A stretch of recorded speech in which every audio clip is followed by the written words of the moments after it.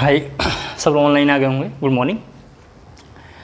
P block में अभी तक हमने 3rd लेक्चर तक कवर कर लिया है। कितने लेक्चर कवर कर लिए हमने? 3 लेक्चर तक कवर कर लिया। उसी में फर्दर हम आगे और प्रोसीड करने वाले हैं। तो ज़रा देखते हैं उसमें हमें और क्या करना है। पिछले क्लास में एक बार जरा जल्दी से मैसेज मुझे ड्रॉप कर दें। मेरी आवाज़ तो आ रही है ना? एक बार जरा मैसेज ड्रॉप कर दें, मैं वेट कर रहा हूँ। फिर थोड़ा हम लोग आगे बढ़ेंगे। ठीक है, ठीक, शुरू करते हैं। आज की क्लास की जो हमारी हेडिंग है, ऑर्थो तक हमने देख लिया था। आज की क्लास की हमारी हेडिंग है मेटाफॉस्फोरिक एसिड। क्या लिखा हुआ है? मेटाफॉस्फोरिक एसिड, जिसको हम लोग लिखेंगे MPA। अब इसको हम लोग नया नाम दे देंगे MPA। ठीक है, शॉर्ट फॉर्म लिख दिया हमने MPA। इसको जरा हमें देखना है MPA बनता कैसे है। तो हमने पिछले क्लास में देखा था, यहाँ पे देखें, पिछले क्लास में हमने देखा था कि कोई भी इस तरीके का ऑर्थो एसिड, ज़रा देख लो ये कैसा है, ऑर्थो एसिड है। इसका नाम आपको याद होगा, ऑर्थोफॉस्फोरिक एसिड है। क्या है? ऑर्थोफॉस्फोरिक एसिड है। बेसिकली ये है क्या है? H3PO4 है। यहाँ से वाटर हम बाहर निकाल रहे हैं, HPO3 बन रहा है। वाटर हमने यहाँ से बाहर निकाल दिया। वाटर बाहर निकालने के बाद ये क्या बन रहा है? P डबल बॉन्ड हो, देख लीजिए आप यहाँ पे स्क्रीन पे देखना सही बच्चों को, OH और डबल बॉन्ड O बन रहा है। यानी ध्यान से देखेंगे तो ये क्या बन रहा है? Basically HPO3। क्या है? HPO3। और इसका तो पहले नाम लगाएंगे मेटा। मेटा क्यों लगाया था पिछले क्लास में आपको बताया मैंने। ऑर्थो से वाटर बाहर निकालेंगे तो मेटा, और जिस खानदान से बिलोंग कर रहा है, जो इसका पेरेंट एलिमेंट है वो लिखेंगे। पेरेंट एलिमेंट कौन है? इक है, तो लिखेंगे metaphosphoric acid. Metaphosphoric acid copy करना है इसको जरा जल्दी से। मेटाफॉस्फोरिक एसिड, इसको जरा जल्दी से कॉपी करेंगे। ठीक है, इसी में थोड़ा और आगे बढ़ते हैं। मेटाफॉस्फोरिक एसिड आपने लिख दिया। लिखेंगे इसके लिखने के बाद लिखना है MPA exist in polymeric form. MPA exist in polymeric form. MPA exist in polymeric form. Rough करना इधर जरा सा देखो। ठीक है, MPA exist in polymeric form. Rough करके आगे देखते हैं, देखते चलो। MPA exist in polymeric form. तो ये देखो जरा सा क्या लिखा हुआ है, polymer of MPA। Polymer of MPA metaphosphoric acid. ठीक है, क्या पॉलीमर होगा इसका? HPO3 का पावर n। क्या होगा इसका फॉर्मूला? HPO3 का पावर n। किसी भी फॉर्मूले में बाहर n लगा दोगे तो इसका पॉलीमर होता है, स्मॉल n। क्लियर हो गया? अगर थोड़ा यहाँ पे देखते हैं, इफ़ n इक्वल टू, किसी बच्चे ने 2 ले लिया, n की जगह पे कितना ले लिया? किसी बच्चे ने 2 ले लिया, तो जरा देखो क्या बनेगा, HPO3 का पावर 2 बनेगा। या इसी को हम लिख सकते हैं H2P2O6। क्या लिख सकते हैं? बिल्कुल लिख सकते हैं। सभी बच्चे जरा देखें, तो इसका नाम बुक्स में लिखा होगा DMPA। DMPA का फुल फॉर्म क्या होगा सर? डाइमर ऑफ यहाँ पे जरा देखो, dimer of metaphosphoric acid. Dimer of क्या लिखा हुआ है? Metaphosphoric acid. और इसका स्ट्रक्चर अगर हम ड्रॉ करेंगे तो ये इसका स्ट्रक्चर होने वाला है। ज़रा देख लो यहाँ पे, सभी बच्चे बोर्ड पे देखें, ये वाला होने वाला स्ट्रक्चर, ये इसका स्ट्रक्चर। ज़रा इसको जल्दी से ड्रॉ करना है आपको। ये क्या है? डाइमर ऑफ मेटाफॉस्फोरिक एसिड या DMPA है। ठीक है, इसका क्या नाम है? DMPA। क्या क्वेश्चन इसमें आता है? Number of POP bond. क्या आता है? Number of POP bond. इसमें POP बॉन्ड कितना है? जरा सा देखो, सभी बच्चे ध्यान से देखें। इसमें 2 POP बॉन्ड है। यहाँ देखें, POP, स्क्रीन पे देखना है, POP और POP। तो नंबर ऑफ POP बॉन्ड कितना है? 2। नंबर ऑफ OPO बॉन्ड आपको बताना है। नंबर ऑफ OPO बॉन्ड जल्दी से देखो जरा सा, कितना होगा? यहाँ देखिए, अब यहाँ देखें, OPO 1, OPO 2 और OPO 3, OPO 4, OPO 5, OPO 6। कितना होगा? 6। जरा इसको देख लो, OPO तो दो कॉर्नर से दोनों साइड में OPO और OPO। कितना हुआ? 6। ये कर लेंगे। नंबर ऑफ PP बॉन्ड कितना है? नंबर ऑफ PP बॉन्ड कितना होगा? 0। PP बॉन्ड तो है ही नहीं, POP बॉन्ड है इसमें। क्लियर हो पा रहा होगा? तो n के जगह पर हमने 2 रखा तो ये हो जाएगा। जल्दी से कॉपी कर लो इसको जरा जल्दी से, फिर थोड़ा हम आगे और बढ़ते हैं। हो गया? ठीक है, लिखना है if n equal to 3, rough करना इसे। इफ़ n इक्वल टू 3, 3 रखने पे देखो क्या हुआ, किस में 3, इस फॉर्मूले में 3 रखेंगे तो अगर किसी बच्चे ने n इक्वल टू 3 ले लिया तो बनेगा HPO 3 का पावर 3, बेस 3 हो जाएगा, जिसको अपन लोग ऐसा भी लिख सकते हैं S3P3O9, इसका नाम है TMPA। TMPA का मतलब क्या होता है, trimer of metaphosphoric acid, trimer of MPA metaphosphoric acid, MPA का मतलब है मेटाफॉस्फोरिक एसिड। अगर मैं इसका स्ट्रक्चर ड्रॉ करूँगा, देखिए इसका स्ट्रक्चर क्या है, सभी बच्चे ज़रा देखेंगे स्क्रीन पे इसका स्ट्रक्चर, यहाँ पे देखते चलो तुम लोग, इसका स्ट्रक्चर देखेंगे बोर्ड पे, ये इसका स्ट्रक्चर है, आप समझ गए होंगे। नंबर ऑफ PP बॉन्ड कितना है, 0, ठीक है, नंबर ऑफ PP बॉन्ड कितना होगा, 0। ये ज़रा जल्दी से कॉपी करेंगे, जल्दी से स्ट्रक्चर ड्रॉ कर लें आप, फिर फर्दर प्रोसीड करते हैं आगे अपन लोग।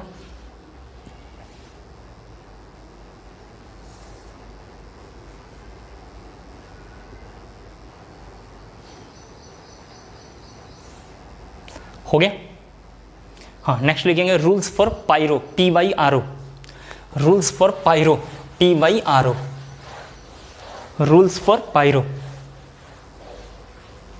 Rules for pyro. ये रहा pyro,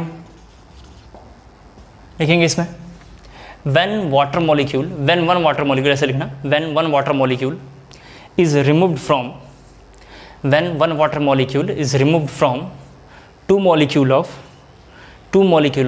parent acid, two molecule of parent acid, the name of acid, then name of acid, then name of acid begin with pyro, then name of acid begin with pyro, then name of acid begin with pyro। यहाँ जरा देखो कैसे करेंगे, 2 parent acid लेंगे और इसमें से water बाहर निकाल देंगे, तो नाम लिखने से पहले लिखेंगे पायरो पेरेंट एसिड, ये समझाने के लिए लिखा था। इसका एग्जांपल देखते हैं, ले लिया हमने 2S3PO4, इसका नाम क्या है, फॉस्फोरिक, देख लें इसका क्या नाम है, फॉस्फोरिक एसिड, तो इसका पेरेंट क्या है, इक, देख लो यहाँ पे। तो जैसे इसमें से वाटर बाहर निकालेंगे तो जरा देखो क्या बनेगा, H4P2O7, H4P2O7 बनेगा, देख लो सही बच्चे। तो नाम तो लिखेंगे पहले पायरो, और पायरो के बाद क्या लिखेंगे, फॉस्फोरिक। क्यों हमने लिखा, क्योंकि इसका पेरेंट कौन है, इक है, पेरेंट कौन है, इक है, तो पायरो फॉस्फोरिक और क्या होगा, एसिड, पायरो फॉस्फोरिक एसिड इसका हो जाएगा। इसको जरा इधर मैं ड्रॉ कर रहा हूँ स्ट्रक्चर, बोर्ड में स्ट्रक्चर इनके पूछे हुए हैं, तो जरा स्ट्रक्चर देख लीजिए सभी बच्चे, जरा देख लें। ये ले लिया एक, ये देखिए एक वाटर मॉलिक्यूल, एक ये OH है, यहाँ से वाटर बाहर निकल गया, यहाँ से वाटर बाहर निकल गया, मेरे को इधर लिखना चाहिए था, मैं यहाँ लिख रहा हूँ, सभी बच्चे बोर्ड पे देखते रहें। POP आ जाएगा इधर में, ये डबल बॉन्ड यहाँ पे रह जाएगा, यहाँ पे POP बनेगा, यहाँ पे एक OH, यहाँ पे एक OH, यहाँ पे एक OH और एक यहाँ पे OH। ये देखिए ध्यान से, ऐसा कुछ स्ट्रक्चर में दिखाई दे रहा है, ध्यान से देख लो, क्लियर हो पा रहा होगा मेरी बात, कैसा दिखाई दे रहा है, ऐसा दिखाई दे रहा है। तो जरा ये ड्रॉप करना है, और ये कौन सा है, पायरोफॉस्फोरिक एसिड, कौन है, पायरोफॉस्फोरिक एसिड। जल्दी से ज़रा ड्रॉप करेंगे स्ट्रक्चर, क्लियर हो गया। मैंने पिछले क्लास में एक लिखा था, आपको याद होगा, mono basic, di basic, tri basic example आपको समझाया था। आपको पिछले क्लास में मैंने क्या लिखा था, mono basic, di basic, tri basic example समझाया था। आपको थोड़ा मोड़ा याद हो तो आपने देखा होगा, जो हाइड्रोजन डायरेक्ट सेंट्रल एटम से लिंक हो, जो हाइड्रोजन डायरेक्ट सेंट्रल एटम से लिंक हो, उसको हम रिप्लेस नहीं करते हैं। क्या ये हाइड्रोजन डायरेक्ट सेंट्रल एटम से लिंक है, नहीं, बीच में कौन है, ऑक्सीजन। क्या हाइड्रोजन डायरेक्ट लिंक है, नहीं, बीच में कौन है, ऑक्सीजन। क्या ये दोनों डायरेक्ट लिंक है, नहीं, बीच में कौन है, ऑक्सीजन। इसका मतलब ये चारों हाइड्रोजन वाटर में क्या होंगे, बाहर जा सकते हैं, चारों हाइड्रोजन वाटर में बाहर जा सकते हैं। इसीलिए इसके नाम के नीचे लिखना है, it is also known as tetrabasic acid, it is also known as tetrabasic acid, it is also known as tetrabasic acid. मैं आपको समझाना चाहता था कि पास्ट ईयर्स में क्वेश्चन आया हुआ है, इनमें से कौन सा टेट्रा बेसिक है, इनमें से कौन सा ट्राई बेसिक है, डाई बेसिक है, मोनो बेसिक है। तो ऐसे क्वेश्चन जैसे ही यहाँ आए आपके आगे, आप उसे तुरंत कर लें। नेक्स्ट अगेन लिखेंगे रूल्स ऑफ हाइपो, पिछले क्लास में भी उन्होंने लिखा था रूल्स ऑफ हाइपो, अगेन हम लिखेंगे रूल्स ऑफ हाइपो। एक बार और लिखना आपको, इसमें लिखेंगे when one water molecule is removed from, when one water नहीं लिखना, व्हेन वन ऑक्सीजन एटम, ऐसे लिखना, when oxygen atom, when one oxygen atom is removed from pyro acid, is removed from pyro acid, is removed from pyroacid, then name of acid is begin with hypo. Then name of acid is begin with hypo. ये देखिए इसका parent नाम क्या है, pyro, और क्या नाम है, फॉस्फोरिक. कैसे नाम आया सब पढ़ाया डिटेल में, थोड़ा प्रैक्टिस की चीज़ें करेंगे तो क्लियर होगा. यहाँ से एक ऑक्सीजन बाहर होगा. सभी बच्चे ज़रा बोर्ड पे देखें, काफ़ी इंपॉर्टेंट है. तो ये बनेगा यहाँ पे H4P2O6. नाम इसका होगा हाइपो, और बाकी पेरेंट कौन है, इक है, तो नाम होगा हाइपोफॉस्फोरिक एसिड. पहले वाले में अब जब ध्यान से देखेंगे ना नोट्स में, पहले वाले हाइपो में देखेंगे तो वहाँ लिखा हुआ फॉस्फोरस. मैंने जानबूझ के इसे दोबारा आपको समझाया है. स्ट्रक्चर ड्रॉ करेंगे तो जरा देखो, इसका स्ट्रक्चर आपको याद था. इसका स्ट्रक्चर ऐसे है, थोड़ा मोड़ा सभी बच्चे देखेंगे. ये देख लो यहाँ पे, ये इसका स्ट्रक्चर था, आपको याद होगा. आप डबल कलर यूज़ करना, मेरे पास सिंगल कलर है यहाँ, ठीक है, डबल कलर यूज़ करना. इसमें से एक ऑक्सीजन बाहर हमने निकाला. कौन सा ऑक्सीजन बाहर निकलेगा, ये वाला सेंटर वाला, ऐसे बना दे रहा हूँ मैं, ये बाहर निकलेगा. तो इस बार जब स्ट्रक्चर इसका ड्रॉ करेंगे तो ये बनेगा PP, देख लीजिए, डबल बॉन्ड OH OH. ये इसको थोड़ा ऐसे लिख देता हूँ, OH OH OH double bond. इसको ज़रा कॉपी करना, ठीक है, इसको ज़रा कॉपी करना, ठीक है. क्वेश्चन एक लिखेंगे थोड़ा, इसको कॉपी करने के बाद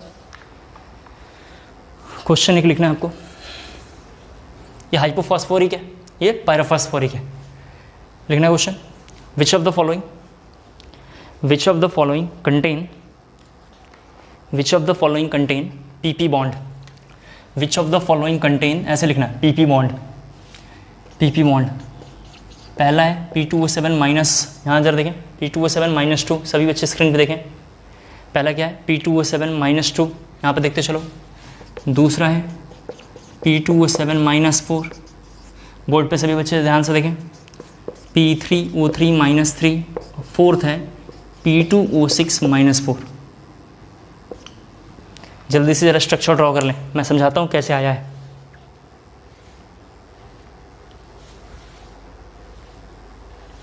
ठीक है, क्लियर हो गया. देखते हैं कैसे पता चलेगा. अब जब P2O7 को ध्यान से देखिए, यही वाला स्ट्रक्चर है. P2O7 में से -2 लगा हुआ. -2 का मतलब एक हाइड्रोजन ये बाहर निकल गया होगा. कोई भी हाइड्रोजन निकाल सकते हैं, कोई प्रॉब्लम नहीं है. हमने ये निकाला और ये निकाला, आप ये दोनों भी निकाल सकते हैं, कोई प्रॉब्लम नहीं है. ये निकाल सकते हैं. क्या इसमें POP बॉन्ड नहीं है? है. इसमें कौन सा बॉन्ड है, POP बॉन्ड है. कौन सा बॉन्ड है, POP. देखो ये देखो, POP. तो आप समझ गए PP बॉन्ड नहीं है, लेकिन इसमें ध्यान से देखिए, PP बॉन्ड है. कैसा बॉन्ड है इसमें, PP बॉन्ड है. इसमें कौन सा बॉन्ड है, PP बॉन्ड है. तो लास्ट वाला ऑप्शन देखिए, फोर्थ, क्या P2O6 लिखा हुआ है. ये देखिए P2O6, अगर ये 4 हाइड्रोजन वाटर से बाहर निकल जाएगा, ये वाटर में चला जाएगा, तो इसके ऊपर कितना आएगा, -4. इसके ऊपर कितना साइन आएगा, -4. तो उम्मीद करता हूँ आपको क्लियर हो पा रहा होगा. फोर्थ आंसर इसका होगा. क्लियर हो गया, इसका आंसर क्या होने वाला है, फोर्थ आंसर होगा. ठीक है, कर लेंगे. ऐसा क्वेश्चन मान लो आ गया, which of the following contain no PP bond. इसी यही ऑप्शन रहा. सेम क्वेश्चन लिख लो जरा एक और, which of the following contain no PP bond. Which of the following contain no PP bond. Same 4 option है. कौन सा आंसर होगा, 1 2 3. ऑप्शन क्या होगा, 1 2 3. जल्दी से जरा एक बार ड्रॉप कर लें आंसर यहाँ तक, फिर फर्दर हम लोग थोड़ा सा और आगे बढ़ते हैं. सभी बच्चों ने लिख लिया, ओके. लिखना है इसके बाद अगेन अगली हेडिंग लिखना है, important points of phosphoric important points of us acid series. Important points of us acid series. Important points of us acid series. लेकिन उसमें पहला point, the acid of phosphorus in 3 state. The acid of phosphorus in 3 state. The acid of phosphorus in 3 state have a tendency to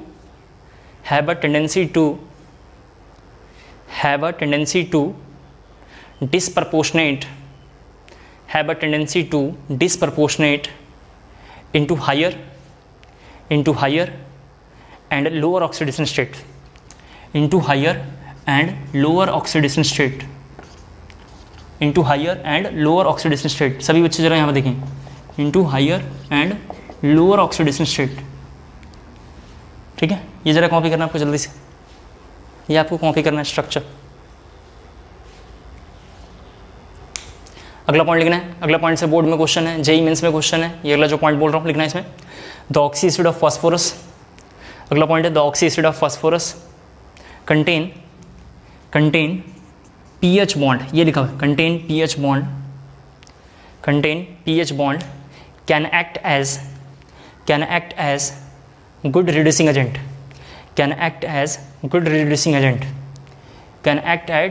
लिखा उन्होंने can act as good reducing agent.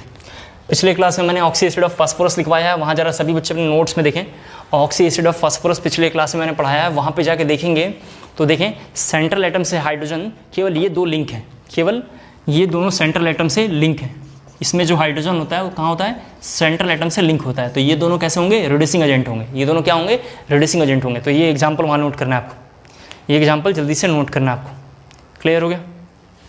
इसके बाद थोड़ा 2-3 board level का reaction ज़्यादा सा देख लेते हैं। AgNO3, यहाँ देखो AgNO3, इसको हमने लिया हाइपोफॉस्फोरस, इसका नाम हाइपोफॉस्फोरस था, पिछले क्लास में पढ़ा दिया है। इसका वाटर के साथ रिएक्शन कराएंगे, इसका वाटर के साथ इन सब कंबाइन करके रिएक्शन कराएंगे तो यहाँ से सिल्वर बाहर होगा, प्लस बनता है H3PO4 plus H3PO4, AgNO3 water यानी ये बन जाएगा। अब प्लस एक एसिड बना लेते हैं HNO3। बैलेंसिंग की हमें ज़रूरत नहीं, तो ज़रा ये रिएक्शन आपको फर्दर कॉपी करना है। सिमिलर अगर सॉल्ट HgCl2 लेते हैं, सेम ये दोनों चीज़ें कंटेन करते हैं, तो पहले तो मरकरी यहाँ से बाहर हो जाएगा और सेम ये भी बाहर हो जाएगा, मतलब H3PO4 लिख लो, कोई दिक्कत नहीं है। देख लीजिए सभी बच्चे, और यहाँ से HCl बाहर हो जाएगा। ये ज़रा रिएक्शन कॉपी करना है आपको जल्दी से, ये रिएक्शन आपको कॉपी करना है। हो गया, ज़रा नोट कर लेंगे इतनी बातें, फिर मैं आगे फर्दर फिर प्रोसीड करता हूँ। इतनी बातें ज़रा जल्दी से कॉपी कर लीजिए, फिर फर्दर मैं आगे आपको ज़रा सा बढ़ाता हूँ।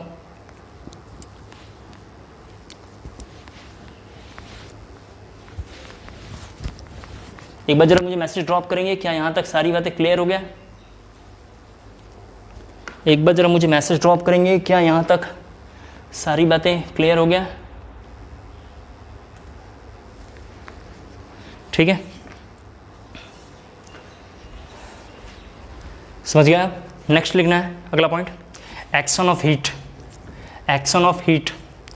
On phosphoric acid, action of heat on phosphoric acid, action of heat on phosphoric acid, action of heat of phosphoric acid. देखें आप जरा सा, H3PO4 को लेके अगर आप हीट करोगे, जरा प्लीज़ यहाँ देखो, आप इसको हीट करोगे, लो टेम्परेचर लिख देता हूँ, बुक्स में टेम्परेचर मेंशन रहता है लेकिन लो टेम्परेचर लिख देता हूँ, तो बुक्स में लिखा होगा ये बनेगा S4P2O7। इसका मतलब क्या हुआ, ये 2 बार लेके हीट किया गया है। ये क्या है, एक एसिड है, कौन सा ये, ऑर्थोफॉस्फोरिक है। ये क्या बना, पायरो। ऑर्थो से पायरो कब बनता है, जब 2 ग्रुप लेते हैं। कैसे बनता है, जब 2 ग्रुप लेते हैं। क्लियर हुआ। फिर यहाँ पे हाई टेम्परेचर लिख देता हूँ, जरा देखिए आप, इसको हाई टेम्परेचर पे हम हीट करेंगे, S4P2O7 को हाई टेम्परेचर पे हीट करेंगे तो क्या बनेगा, MPa। क्या बनेगा, MPa, मेटाफॉस्फोरिक एसिड। मैं लिखना नहीं चाहता हूँ, बस आपको समझाऊंगा, आप देखते चलो।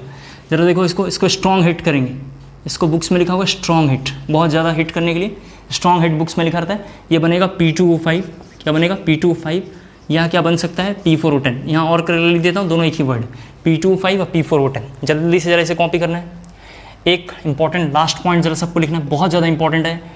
एक हमने गुड रिड्यूसिंग एजेंट लिखा है, वहाँ से बोर्ड में जेई मेंस में क्वेश्चन है। एक जो अभी ये लाइन लिखूंगा, इससे जेई मेंस में, बोर्ड में, नीट में, तीनों में क्वेश्चन है। जेई मेंस में, नीट में, बोर्ड में, तीनों में क्वेश्चन है। तो लिखना आपको S3PO3 and S3PO2, S3PO3 and S3PO2, S3PO3 and S3PO2 gives disproportionate product, gives disproportionate product, disproportionate product on heating, disproportionate product on heating। देखिए disproportionate product, यहाँ सभी बच्चे देखें, जब इसको हिट करेंगे तो ये बनता है S3PO3 प्लस PS3। अगर हम S3PO3 को लेके हीट करेंगे, यहाँ पे जरूर से देखो आप, तो ये बनाता है S3PO4 प्लस PS3।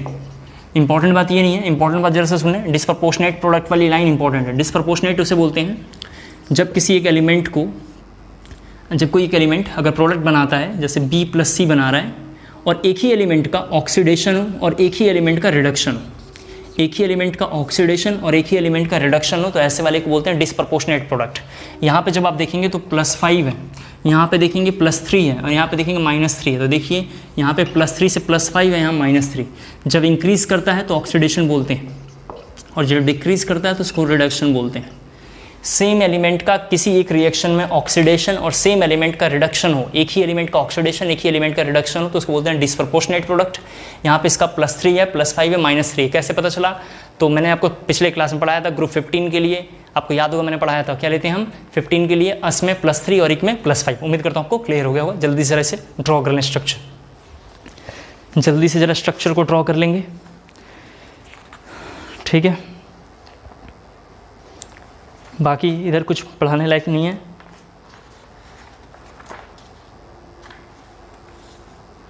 हो गया? कॉपी कर लिया सभी बच्चों ने? रिएक्शंस के शॉर्टकट थोड़ा भी लास्ट में लिखूंगा एक बार, वो भी आपको समझाता हूँ। नेक्स्ट इसके बाद लिखना है हैलाइड ऑफ फास्फोरस। नेक्स्ट हमारी हेडिंग है halide of phosphorus. Halide of phosphorus लिखना। Phosphorus exist in halide of phosphorus में ये लिखना है, फास्फोरस एग्जिस्ट इन, ये लिखना है, ठीक है। अगर इसके शेप के बारे में बात करेंगे तो शेप इसका है पी वाई सेंस क्या है? पिरामिडल। पी वाई का सेंस क्या है? पिरामिडल। और इसका शेप कैसा है? टीबीपी। टीबीपी का मतलब कैसा होता है? Trigonal bi pyramidal. टीबीपी का मतलब कैसा है? Trigonal bi pyramidal. सभी बच्चे जरा इसको नोट करेंगे। पी वाई का मतलब क्या है? पिरामिडल। पी वाई का मतलब क्या है? पिरामिडल। कोई दिक्कत नहीं आनी चाहिए और आप समझ पा रहे होंगे। और हमने दूसरा जो लिखा है टीबीपी का मतलब क्या होता है? Trigonal bi pyramidal. टीबीपी का मतलब क्या है? Trigonal bi pyramidal. क्लियर हो गया? अगर पिरामिडल का शेप बनाएंगे तो जरा देखो, यहाँ पे बनेगा P और यहाँ पे 3x। सभी बच्चे देख लें, यहाँ पे 3x, ये बनेगा पिरामिडल। PX3 देख लें आप यहाँ पे, PX3 क्लियर हो पा रहा होगा? PX3 कोई डाउट नहीं किसी बच्चे को? जरा एक बार मैसेज जल्दी से ड्रॉप करेंगे। PX3, ठीक है, बहुत बढ़िया, बिल्कुल सही आंसर है, कर लेंगे, कोई दिक्कत नहीं है, ठीक तो है, कर लेंगे हमारे हिसाब से। पिरामिडल, PY का मतलब क्या है? पिरामिडल। और PX5 जरा मैं समझाता हूँ, ये थोड़ा इंपॉर्टेंट है। PX5 का ये लाइन थोड़ा इंपॉर्टेंट है, देखते हैं इंपॉर्टेंट क्या है। जब मैं PX5 को बनाऊंगा ना तो ऐसा बनता है, यहाँ देखें, यहाँ पे देखें आप, थोड़ा सा इंपॉर्टेंट है। एक एक्स और यहाँ पे 1x, ये देखते चलो जरा सा, ये बनेगा शेप और 1x यहाँ पे, इसको बोलते हैं ट्राइगोनल बाई पिरामिडल। इसको क्या बोलते हैं? Trigonal bi pyramidal. इंपॉर्टेंट ये नहीं है, इंपॉर्टेंट अब जरा लिखूंगा वो है, देखिए ट्राइगोनल बाई पिरामिडल जब हम स्ट्रक्चर ड्रॉ करते हैं ना, तो ये जो दोनों हेलोजन है, मतलब इसको हम थोड़ा ऐसे लिख देते हैं। यहाँ ध्यान से देखो, ये लिखा ए का मतलब सेंट्रल एटम, और यहाँ पे जरा देखो ये बी है। आप अपनी मर्जी से इसको ड्रॉ कर लेना, सेम लाइन लिखा हुआ है, ये बी है और यहाँ भी 2 बी लगा हुआ है। ये जो 2 बॉन्ड बने हुए हैं ना, इसको बोलते हैं इक्वेटोरियल। इसको क्या बोलते हैं? Equatorial bond. और इसको बोलते हैं एक्सियल, क्योंकि ये एक्सियल पे है। जरा देखते चलो, ये सब बोर्ड के क्वेश्चन हैं, बोर्ड, जेईई मेंस और एडवांस और नीट में, ये सब रिपीटेड है बार बार, इसलिए हम थोड़ा इसको लिख रहे हैं। जरा प्लीज़ यहाँ पे देखो, इक्वेटोरियल बॉन्ड को हम बोल सकते हैं परपेंडिकुलर बॉन्ड। क्या बोल सकते हैं? परपेंडिकुलर।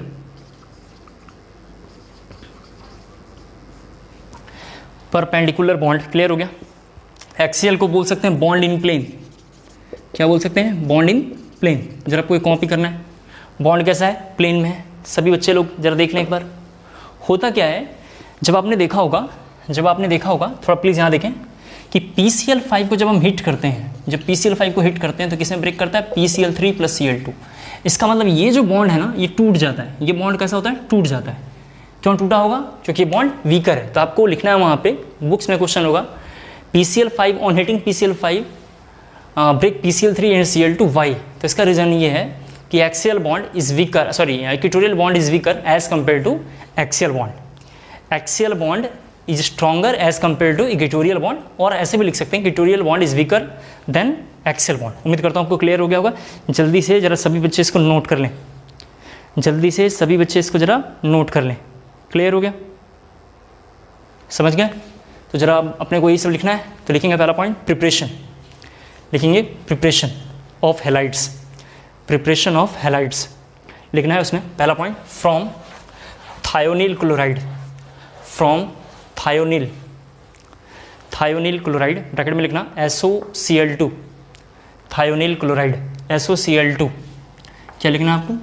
SOCl2। उसमें लिखना फास्फोरस, लिखना सॉरी इसमें ऐसे लिखना व्हेन वाइट फास्फोरस, बिफोर मतलब वाइट फास्फोरस होता है, लिखना when white phosphorus react with SOCl2 react with SOCl2, it gives halide of phosphorus.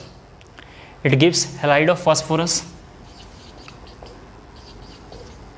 ये लिखना, it gives halide of phosphorus. जरा जल्दी से कॉपी करना है आपको,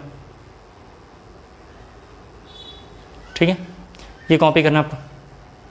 सेकंड पॉइंट लिखना है H2Cl2 है लास्ट में, क्या लिखा है H2Cl2। सेकंड पॉइंट लिखना है in laboratory white phosphorus, in laboratory white phosphorus लिखा आप लोगों ने,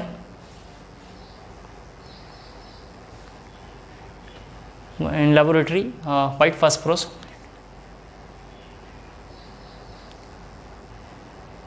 in current of dry chlorine, ऐसे लिखना, in current of dry chlorine,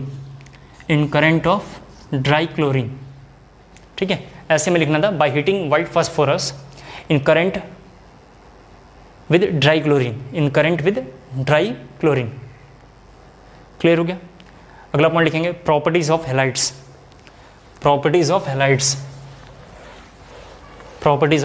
इसमें लिखना है थोड़ा प्रॉपर्टीज ऑफ हैलाइड में लिखना है क्या हैलाइड की प्रॉपर्टी है। PCl3 को हमने जब वाटर में डाला होगा तो क्या बनता है, देखो जरा सा प्लीज़, यहाँ सभी बच्चे देखें क्या बनता है, ये S3PO3 बनेगा। बाकी जो लिखना है लिख दो, जैसे HCl काम का नहीं वो लिख दिया हमने। मुझे रिएक्शन कैसे पता चलता है मैं भी बताऊंगा 5 मिनट में, अभी पहले से देखें आप। सेकंड पॉइंट लिखना है रिएक्शन विद, ये कॉपी कर लो जरा सा। सेकंड पॉइंट लिखना है reaction with compound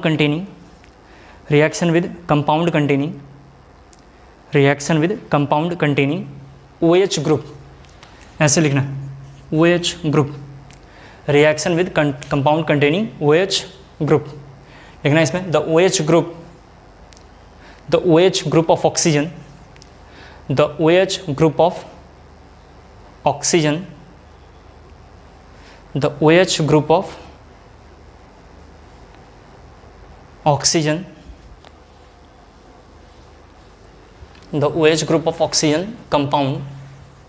compound get replaced by chlorine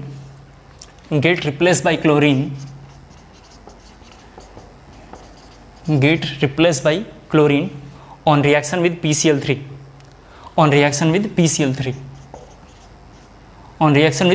PCl3 या हैलाइड, ठीक है, PCl3 या हैलाइड। देखिए आप यहाँ क्या बनेगा C2H5Cl प्लस क्या बनने वाला है S3PO3 प्लस क्या बनने वाला है S3PO3। ये कॉपी कर लेंगे।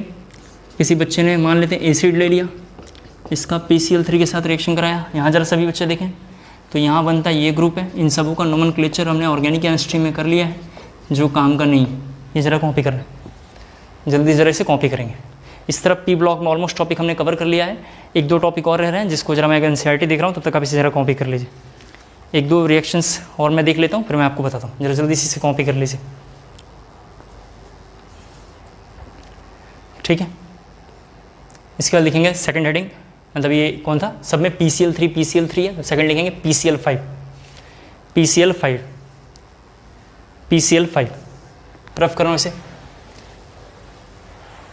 जहाँ आपने PCl5 लिखा ना, सभी बच्चे ज़रा देखें, जहाँ आपने PCl5 लिखा था आपको याद होगा 3 क्लोरीन हमने ऐसा लिखा है, मतलब X एक ही बात है, और 2 क्लोरीन यहाँ। तो वहाँ साइड में एक और लाइन लिख देना, बॉन्ड लेंथ एक्सीएल का ज़्यादा होगा, बॉन्ड लेंथ जैसे देखो लिख देना एक्सीएल का ज़्यादा होगा एज़ कम्पेयर टू इक्वेटोरियल। ज़रा ये कॉपी करना है एक बार, फिर मैं आगे पढ़ाता हूँ।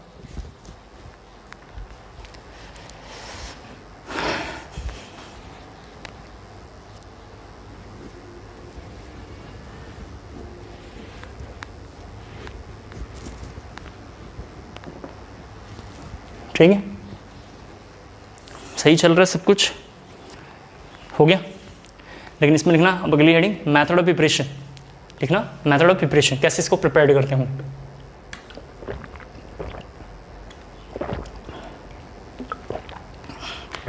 लिखना उसमें from SO2Cl2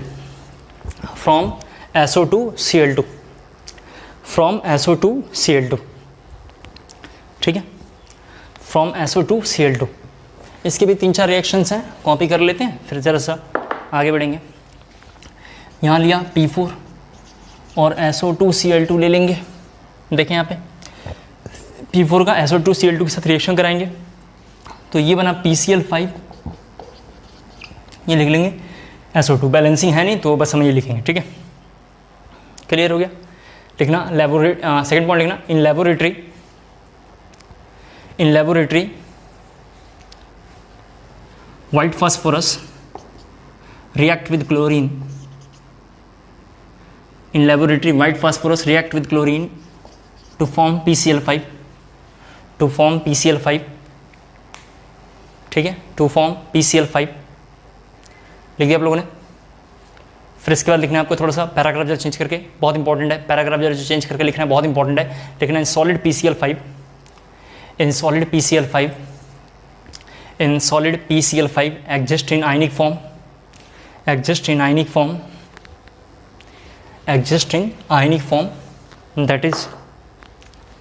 that is PCl4 plus, यहाँ लिखा हुआ है that is PCl4 प्लस। जरा सभी बच्चे देखें PCl6 नेगेटिव, ये दोनों एक साथ लिखा हुआ है, दोनों कंपाउंड के साथ एक साथ है। देख लें आप, इसका हाइब्रिडेशन sp3 होता है, इसका हाइब्रिडेशन कैसा होगा sp3 का मतलब इसका शेप पूछेगा एग्जामिनेशन में, टेट्राहेड्रल, सभी बच्चे देख लो। इसका कैसा होगा sp3d, इस तरीके से sp3d और d2 लिख देते हैं। इसका होता है ऑक्ट्राहेड्रल, कैसा होता है इसका ऑक्ट्राहेड्रल। जरा से कॉपी करना है आपको, जरा से इसको कॉपी करना है, जल्दी से नोट डाउन करेंगे इसको, सभी बच्चे जरा जल्दी से नोट डाउन इसको करेंगे, कर लिया होगा आपने, ठीक है। थोड़ा सा लिखना है 1-2 line, property reaction with metal लिखना आपको, रिएक्शन विद मेटल, उसमें लिखना finally divided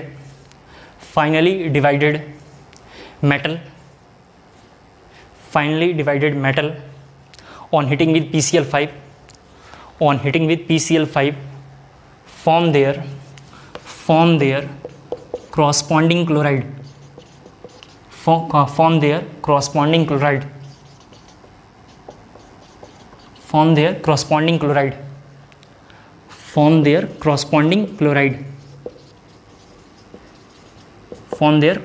chloride, second point ये लिखना है हीटिंग इफेक्ट में ऐसा क्यों बना, मैंने भी आपको समझाया था कि PCl5 में से कौन सा Cl2 बाहर जाता है, ये कौन सा Cl2 है, इक्वेटोरियल, ये कौन सा Cl2 है, इक्वेटोरियल। क्लियर हो गया। एक बार जरा से इसको जल्दी से कॉपी कर लीजिए, 5 मिनट में पीछे की क्या क्या इंपॉर्टेंट पॉइंट आपको याद रखना है, जरा मैं नोट डाउन करा देता हूँ, उसको सुन लें। 5 मिनट में जरा से देखें क्या क्या इंपॉर्टेंट है, उसको तो बिल्कुल आपको याद ही रखना है। जल्दी से जरा आ जाइए, शुरू वाले पेज पे जल्दी से आ जाइए, सभी बच्चे जरा शुरू से जल्दी पेज पे आ जाएँ। सबसे पहले इसमें आयोनाइजेशन एनर्जी बहुत इंपॉर्टेंट है। सबसे पहली प्रॉपर्टी जरा से देखें, फिजिकल प्रॉपर्टी में आयोनाइजेशन एनर्जी, एटॉमिसिटी, एलोट्रॉप्स बहुत इंपॉर्टेंट है। केमिकल प्रॉपर्टी में ऑक्सीडेशन स्टेट बहुत इंपॉर्टेंट है। डाई नाइट्रोजन बहुत इंपॉर्टेंट है, उसके सारे रिएक्शन डाई नाइट्रोजन के बहुत इंपॉर्टेंट है, जो हमने लिखा है डाई नाइट्रोजन में सब कुछ बहुत इंपॉर्टेंट है। कंपाउंड ऑफ अमोनिया जरा सुन लें, कंपाउंड ऑफ अमोनिया में बॉन्ड लेंथ से क्वेश्चन आया हुआ है, जो हमने बॉन्ड लेंथ का क्वेश्चन लिखा है वो बहुत इंपॉर्टेंट है। कंपाउंड ऑफ अमोनिया में बॉन्ड लेंथ बॉन्ड एंगल का क्वेश्चन हमने लिखा हुआ, बॉन्ड एंगल का हमने क्वेश्चन लिखा हुआ, बहुत इंपॉर्टेंट है, उसको जरा अच्छे से पढ़ लेंगे, ठीक है। इसके बाद अमोनिया के बाद अमोनिया में जरा से सभी बच्चे देखें, कंपाउंड ऑफ अमोनिया में इसके बाद जो है ठीक है, इसके बाद कोई ख़ास इधर तो प्रॉपर्टी इंपॉर्टेंट नहीं है। इसके बाद जरा से देखें, ये तो हमने करा ही दिया था, सारी क्वेश्चंस इधर के हमने कर ही लिए हैं। फिजिकल प्रॉपर्टी तो इसकी कर ही लिए थे, इसमें कोई दिक्कत नहीं है। इसके बाद जो क्वेश्चन हमने आप में करवाया होगा नोट्स में, वो क्वेश्चन काफ़ी इंपॉर्टेंट है। नोट्स में जो क्वेश्चन करवाया वो बहुत इंपॉर्टेंट है, देख लेंगे, ठीक है। नोट्स के क्वेश्चन के बाद reaction with aqueous ammonia, I car फिरारी, जहाँ हमने कहीं लिखा होगा वो बहुत इंपॉर्टेंट है। आई कार फिरारी वो बहुत ज़्यादा इंपॉर्टेंट है, उसको जरा से देख लेना। Oxy acid of nitrogen, hydra acid oxy acid जो लिखा है ये बहुत इंपॉर्टेंट है। ऑक्सी एसिड ऑफ नाइट्रोजन बहुत इंपॉर्टेंट है, उसको पढ़ लेंगे। इसके बाद जरा देखें, कहीं लिखा होगा reaction with HNO3 concentrated dilute very dilute, बहुत ज़्यादा इंपॉर्टेंट है। रिएक्शन विद HNO3 में कंसनट्रेटेड डाइल्यूट वेरी डाइल्यूट बहुत ज़्यादा इंपॉर्टेंट है। डाइल्यूट वेरी डाइल्यूट ये लाइन बहुत इंपॉर्टेंट है, इसको जरा अच्छे से तैयार कर लेंगे, बहुत ज़्यादा इंपॉर्टेंट है, उसको हर हाल में आपको याद ही रखना है। फिर हमने ऑक्साइड ऑफ नाइट्रोजन लिखा होगा। ऑक्साइड ऑफ नाइट्रोजन बहुत ज़्यादा इंपॉर्टेंट है। क्या क्या इंपॉर्टेंट है? Formula, name, oxidation state, structure, वो टेबल याद रखना बहुत ज़रूरी है। फिर इनके मेथड ऑफ प्रिपरेशन बहुत इंपॉर्टेंट है। ऑक्साइड ऑफ नाइट्रोजन पढ़िए, वहाँ पे फार्मूला और नेम, ऑक्सीडेशन स्टेट, स्ट्रक्चर बहुत इंपॉर्टेंट है। फिर इनके जो भी थोड़ा थोड़ा हमने लिखा है, जैसे कहीं लिखा होगा हमने कि कंबस्टाइल है, अनपेयर्ड इलेक्ट्रॉन है, कलर शो करेगा, पैरामैग्नेटिक है, वगैरह वगैरह जो लाइन लिखा हुआ है सारे, जैसे NO, NO2, N2O3, N2O4, N2O5 सबों को थोड़ा याद करना है, बहुत ज़रूरी है, आपको हर हाल में याद रखना है। फिर फास्फोरस में आते हैं, तो फास्फोरस में सबसे पहले वाइट फास्फोरस के लिए सारी लाइनें इंपॉर्टेंट है। रेड फास्फोरस बहुत इंपॉर्टेंट है। फिर स्टेबिलिटी, रेड, ब्लैक और वाइट का स्टेबिलिटी बहुत इंपॉर्टेंट है। वाइट, रेड, ब्लैक स्टेबिलिटी बहुत इंपॉर्टेंट है। रिएक्शन विद NaOH बहुत इंपॉर्टेंट है। क्लियर हो पा रहा होगा मेरी बात? ठीक है। फिर कंपाउंड ऑफ फास्फोरस में, कंपाउंड ऑफ फास्फोरस में नोट एक लिखा है, और नोट बहुत ज़्यादा इंपॉर्टेंट है। विद NCERT पढ़ना है। नोट को कैसे पढ़ना है? विद NCERT पढ़ना है, बहुत ज़्यादा इंपॉर्टेंट है। ठीक है, पढ़ लेना अच्छे से, काफ़ी ज़्यादा इंपॉर्टेंट है। फिर इसके बाद होल में सिग्नल कहीं हमने लिखवाया था, वो बहुत ज़्यादा इंपॉर्टेंट है। होल में सिग्नल बहुत ज़्यादा इंपॉर्टेंट है, उसको ज़रा अच्छे से तैयार करेंगे। इसके बाद ऑक्सी एसिड ऑफ फास्फोरस बहुत ज़्यादा इंपॉर्टेंट है। Oxy acid of nitrogen, oxy acid of phosphorus बहुत ज़्यादा इंपॉर्टेंट है, उसका एक एक लाइन बहुत इंपॉर्टेंट है। फिर हेलाइड्स में PCl3, PCl5 का स्ट्रक्चर कैसे बनता है, बहुत इंपॉर्टेंट है। PCl5 को हिट करने पे PCl3Cl2 क्यों बनता है, ये बहुत इंपॉर्टेंट है। इसके बाद in solid state PCl5 exist in, मतलब इस फॉर्मेट, ये लाइन बहुत इंपॉर्टेंट है। ये लाइन को जरा आपको अच्छे से तैयार करना है। यहाँ तक जरा से देख लीजिए, किसी बच्चे को अगर ग्रुप 15 जो भी हम पढ़ रहे थे, ग्रुप 15 में डाउट है तो जरा जल्दी से मैसेज ड्रॉप करेगा। फिर मैं ग्रुप 16 पढ़ाने से पहले एक बार थोड़ा 2-3 लाइन इसको और थोड़ा क्लियर कर दूं कि मुझे रिएक्शंस कैसे याद रहते हैं, मुझे रिएक्शंस कैसे याद रहते हैं।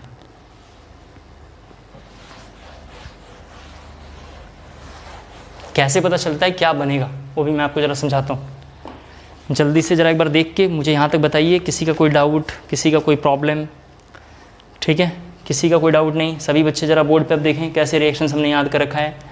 अगर मुझे P4O6 का रिएक्शन आपने दिया, यहाँ पे ज़रा देखो, P4O6 का रिएक्शन दिया आपने, वाटर के साथ रिएक्शन कराना है, तो प्रोडक्ट क्या बनेगा, कैसे पता चलेगा? मतलब ज़रा देखो प्रोडक्ट कैसे पता चलेगा। तो इस P4O6 का ऑक्सीडेशन स्टेट निकालूंगा, तो 4x 2 - 6 = 0, 4x - 12 = 0। ज़रा सा देख लो, ठीक है, ये 4x नहीं है, ये 4, हाँ सॉरी, ये 4x है, -12 0, x = क्या हो जाएगा, 12/4 डेट इज़ 3। इसका ऑक्सीडेशन स्टेट कितना हो गया, 3। क्लियर हो गया? तो इधर जो प्रोडक्ट बनाऊंगा वो भी 3 ऑक्सीडेशन स्टेट का होना चाहिए। तो ये जरा सा आप जब देखेंगे 3 ऑक्सीडेशन स्टेट का है। कितने ऑक्सीडेशन स्टेट का है? 3 ऑक्सीडेशन स्टेट का है, तो एक ये बनेगा। क्लियर हो गया? चलो कोई बात नहीं, और देखते हैं जरा सा। यहाँ पे देखो सभी बच्चे, P4O7 आ जाओ यहाँ पे। P4O7 जरा सा देखो सभी बच्चे, यहाँ पे निकालूंगा, तो P4O7 को निकालूंगा। तो जरा प्लीज़ यहाँ देखो रूल्स क्या है, मैं इधर जरा बता देता हूँ, शॉर्टकट के रूल्स देखो आप। सेम अगर +3 ऑक्सीडेशन स्टेट होगा, +3 स्टेट का जो प्रोडक्ट होगा वो भी +3 स्टेट में बनेगा। रूल ये है, सेम का सेम बनेगा। दूसरा देखो, +5 का स्टेट जो में होगा वो +5 बनाएगा, +5 का होगा तो क्या होगा, +5 में बनाएगा। चलिए +5 का अगर आप देखना चाहते हैं, आपको क्लियर नहीं हो पा रहा है, तो +5 का बनाएगा। दूसरा देखें जरा सा, इन दोनों के बीच में होगा, इन दोनों के बीच में ऑक्सीडेशन स्टेट है, इन दोनों के बीच में है तो दोनों बनाएगा। इंटरमीडिएट है तो क्या होगा, 2 बनाएगा। 2 मतलब कौन कौन सा बनाएगा, +3 भी बनाएगा और +5 भी बनाएगा। जैसे ये देखो P4O7, P4O7 का ऑक्सीडेशन स्टेट निकालो, 4x - 2 × 7 = 0, 4x - 14 = 0, x = कितना होगा, 14/4। x = कितना आया, 14/4। 14/4 का मतलब क्या हो गया, इसी के बीच का वैल्यू है। 14/4 का मतलब समझ रहे हैं ना आप, ये 2/7 और 2/7 का मतलब समझ रहे हैं कितना हो जाएगा, इन दोनों के बीच का। इन दोनों के बीच का क्या बोलेंगे, इंटरमीडिएट। तो जब ये प्रोडक्ट बनाएगा वाटर के साथ, जब ये प्रोडक्ट बनाएगा वाटर के साथ, तो बुक्स में ये लिखा हुआ S3PO3 अब +S3PO4, प्लस क्या बनाया, S3PO4। कैसे पता चला, आप समझ पा रहे हैं ना, दोनों बना रहे हैं। ये +3 है देख लो आप, और ये देखो +5 है। अब ध्यान से देखो तो ऐसा बन रहा है। ठीक है, 1-2 बातें और ज़रा मैं समझाता हूँ, शायद मुझे लगता है कि आपको थोड़ा दिक्कत आ रही है, तो इसको ज़रा रफ कर देता हूँ। एक ज़रा सा और देखिए, मान लेते हैं आपने इसी रिएक्शंस में NaOH का रिएक्शन कराया। सभी बच्चे ज़रा सा देखें, ये हमने लिखा था। तो मुझे इधर जो प्रोडक्ट बनाना है, यहाँ ज़रा सा देखो, ये प्रोडक्ट ऐसा बना हुआ है, NaHPO3, Na2HPO3।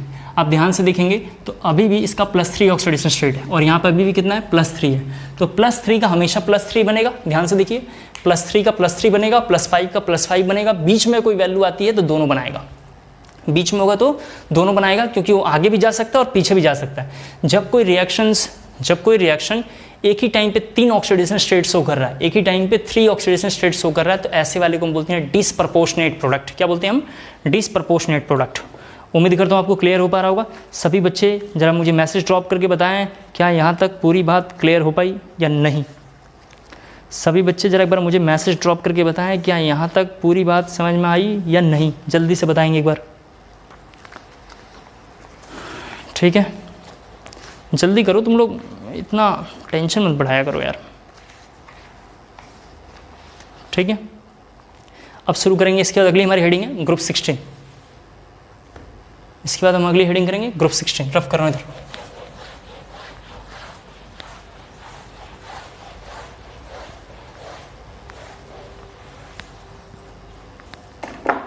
ग्रुप 16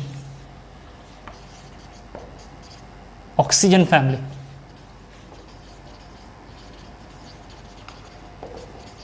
ये लिखेंगे ऑक्सीजन फैमिली कौन कौन है? OS, Ase, TE, PO। कैसे याद रखेंगे? O, S, C, TPO। ठीक है, कोई आपका बनाया हुआ शॉर्टकट है तो उसे याद कर लेना, OC, S, TPO, OC, C, TPO। ठीक है, क्लियर हो गया? सभी बच्चे समझ गए? इलेक्ट्रॉनिक कन्फिग्रेशन जरा सा देखते हैं। फर्स्ट पॉइंट वैलेंसी लिख लेते हैं। तो वैलेंसी अगर बात करें तो ये देखिए 8 होता है इसका, तो कितना होगा? 2, 6। सेकंड पॉइंट अगर EC लिख लें, इलेक्ट्रॉनिक कन्फिग्रेशन, EC का मतलब क्या है? Electronic configuration. तो ऑक्सीजन का 8 लिखेंगे, 1s2, 2s2, 2p4, जिसको शॉर्ट फॉर्म में लिख सकते हैं हीलियम। यहाँ देखें 2s2 के बाद क्या लिखेंगे? 2p4, जिसको हम ऐसा भी लिख सकते हैं IG, जिसको हम क्या लिख सकते हैं? यहाँ नीचे करके लिख देता हूँ, IG इनर्ट गैस, NH2 और NP4। ये जरा कॉपी करना पहले, जल्दी से ये लाइन पहले लिखना है आपको, IG NH2 NP4, IG NH2 NP4। Clear हो गया? IG NH2 NP4। फटाफट जरा इसे ड्रॉ कर लें जल्दी से, IG NH2 NP4। ठीक है, थर्ड फिजिकल प्रॉपर्टी में लिखना है। फर्स्ट पॉइंट वैलेंसी था, कर लिया। Second point electronic configuration. ठीक है, रफ करो इधर। थर्ड पॉइंट लिखना है एटॉमिक साइज।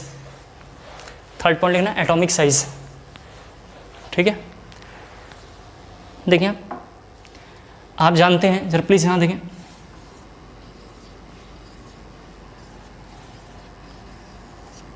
यहाँ देखें, इधर से इधर बढ़ने पे साइज की वैल्यू कम होती है। साइज की वैल्यू क्या होती है? कम होती है। इधर से इधर बढ़ने पे क्या होता है? Z बढ़ता है। इधर से इधर का मतलब left to right.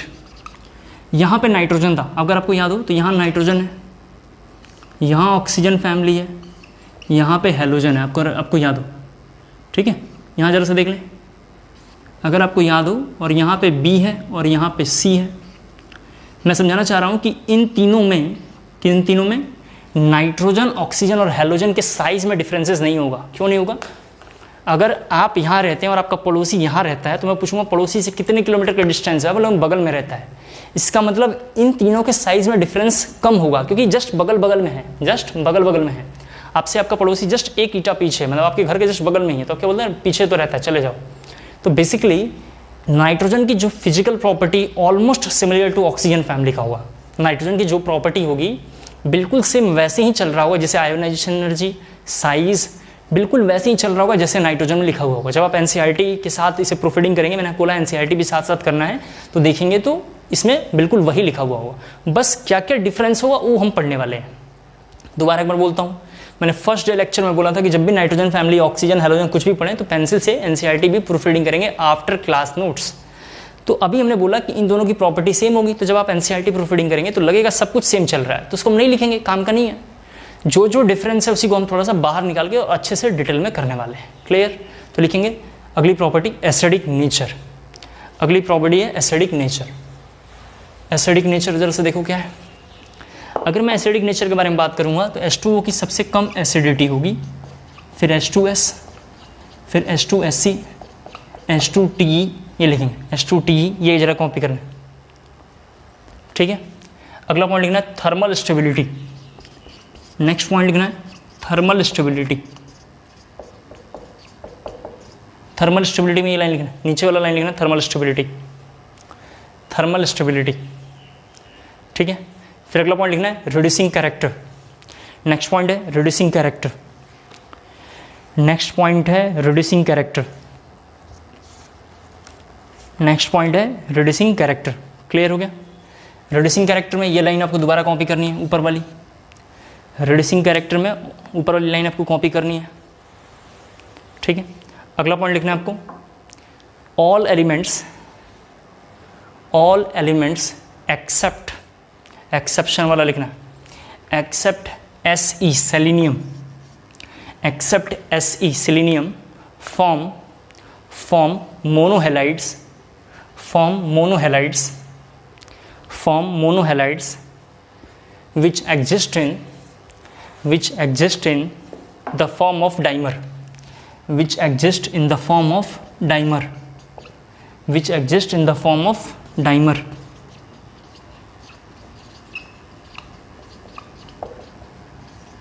which exist in the form of dimer, ये लिखना है आपको, which exist in the form of dimer।